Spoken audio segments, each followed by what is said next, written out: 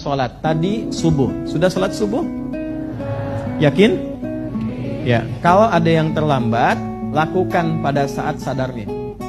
Misal, harusnya subuh tadi dikerjakan.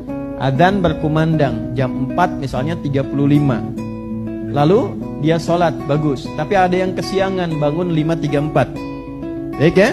Nah, jangan disimpulkan waktunya sudah lewat sehingga saya tidak mampu sholat. Tidak, saat bangunnya cepat wudhu, cepat sholat.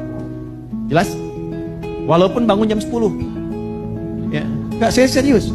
Saya serius. Sadar, kapan sadarnya? Tunaikan sholat di saat sadarnya.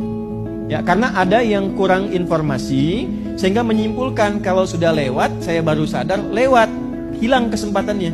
Padahal di saat sadarnya itu dia menunaikan sholatnya. Jelas sampai sini?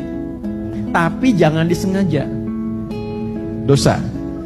Ya, makanya jangan pernah potong ceramah itu. Ya, pemahamannya bisa salah nanti.